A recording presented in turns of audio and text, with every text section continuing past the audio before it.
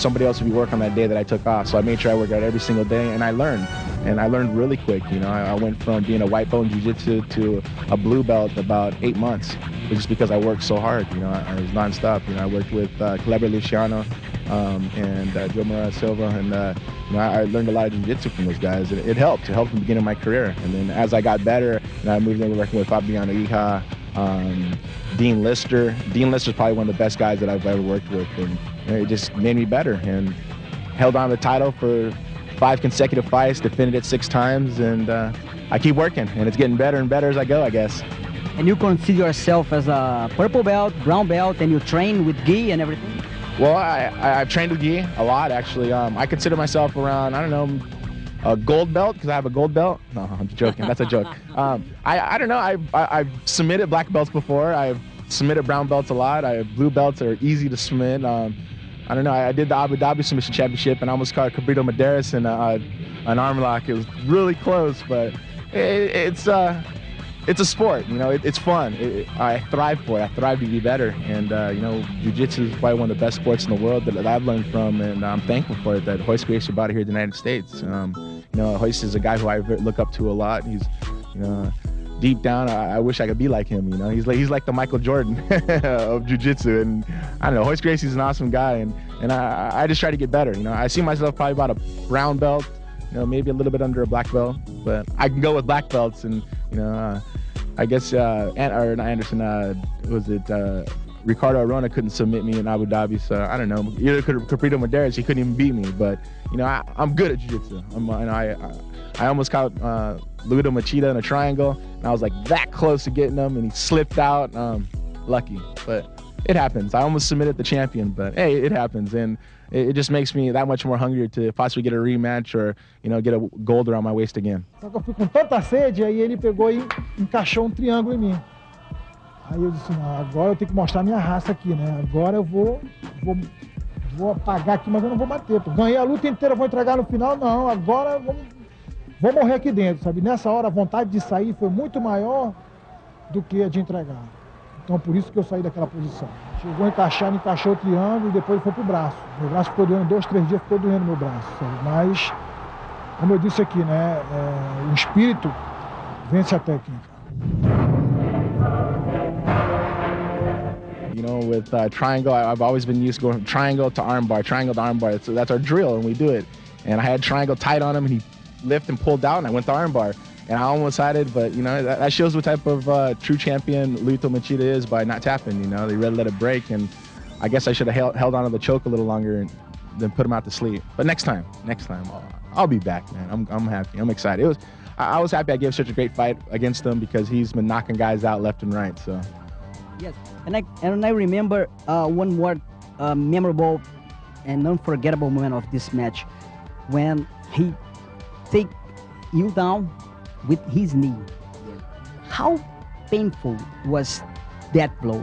You know, it was a body shot, and got me right in the upper kidney rib area, and it made me take my breath out. It took my breath away. A lot of fighters would quit, and you know, I'm a champion, man. I've had my ass beat a few times, and I'm not gonna tap. You know, I've done my tapping earlier in my career. I don't tap. Either I'm gonna get knocked out or the referee's gonna stop it, and I just laid back and waited for him to come back in my guard and survive. You know, survive. And I caught my breath back really quick, and that's what I almost caught him with the triangle. But it was a good knee.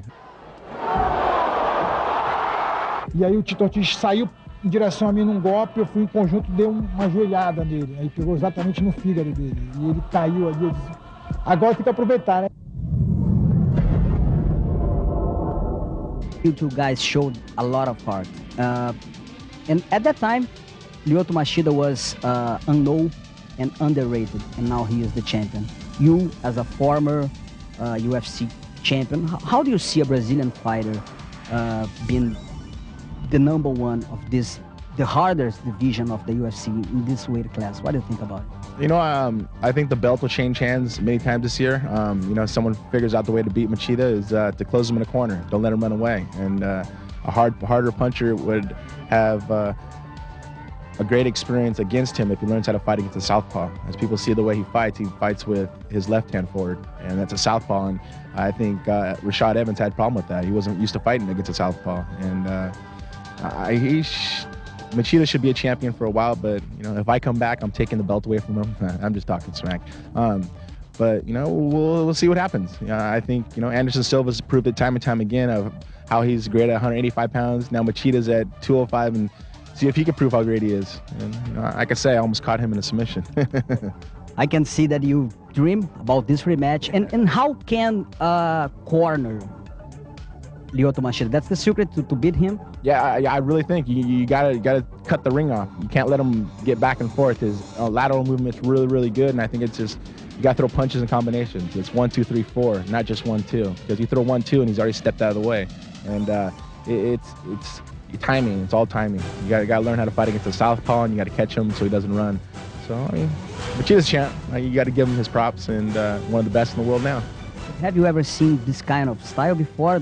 Don't you think it's a kind of revolution, kind of fight, just like Royce did a decade ago? Yeah, but it all evolves, you know. It's not fighting. I mean, fighting is one-on-one. You know, you're fighting, not running, picking points and moving out of the way, trying not to get hit.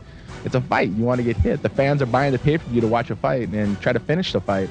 And I give it to Machida. Yes, his last 2 fights, he's finished them. So maybe he's listening to my interviews telling him to stop running, and he's sitting down and fighting. And it might be the new evolution. I don't know. We'll see. He has punch. He has great punch. Great left hand, great right hook. You know, he's starting to learn. He's getting better.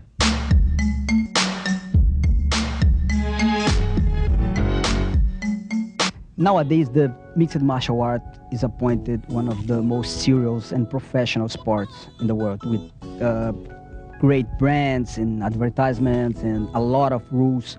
Do you think the bad boy or the cocky attitude has been vanished away because the event is getting better and getting bigger? You know, I really think the only reason is just me. I'm by myself. I'm the only one who speaks out, and all these other guys are afraid to step up and say something. But once guys see that I'm doing it, maybe they'll step forward and they'll start expressing their feelings, expressing the way they feel and what they think they're worth. You know, I'm not going to change. Maybe there's other guys who want to be in my same type of bad boy attitude, but you know, it's just an evolution of the sport, man. There's not many Muhammad Alis. People don't remember the Muhammad Alis. There's only one. People don't remember the Hulk Hogan's of professional wrestling. There's one. People won't remember the Tito Ortiz because there can only be one. I'm one of a kind, man. And there's not going to be many people like me, and I still have a lot more fight in me, I think, you know.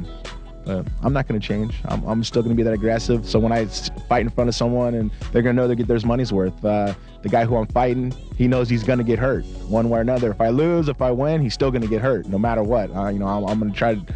I'm going to give every one of my fights 100%. You know, I've never been knocked out unconscious. You know, the last time I was submitted was my second fight in my career. I don't lose. I try not to lose. You know, the guys who I've lost to have been the best in the world at the time. You know, Chuck Liddell, Randy Couture, and Lyoto Machida were the only guys I've lost to, and they're the best in the world. I'm still one of the guys best in the world. It's just because UFC have hurt my brand so much by saying such bad things about me, as fans start to believe it, and it's hard to swallow. But I hope they think I'm out. I hope they think I'm retiring. I hope they think all this, because when I'm back fighting and I have a gold around my waist again, they know that, you know, I'm 100% and I'm gonna hurt some people. Any regrets about your any speech, any particular speech or any particular attitude in your career? I have nothing to regret. You know, I'm the person that I am, and people respect me because of the person I am. I was never a person to sell out ever. You know, I respect myself when I look in the mirror. I have a lot of integrity. It's just a factor of knowing that I have respect for myself as a businessman and as a fighter, that I can never be bullied around, ever. It's really about treating fighters with respect and with value, and not treating them as a cookie cutter everyday fighter. And one fighter comes in and he loses a couple fights, he's gone. Chuck Liddell, one of the best in the world, they retired him without even asking if he wanted to be retired. You can't do that to guys. That's horrible.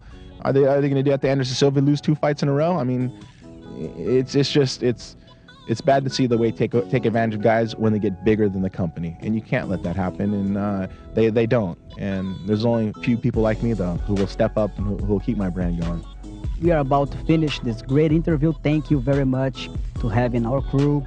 Would you send a message to your Brazilian fans? To all my Brazilian fans, obrigado for all your support. Thank you very, very much, and I'll be competing again and kicking some ass in the cage. Thank you. Huss!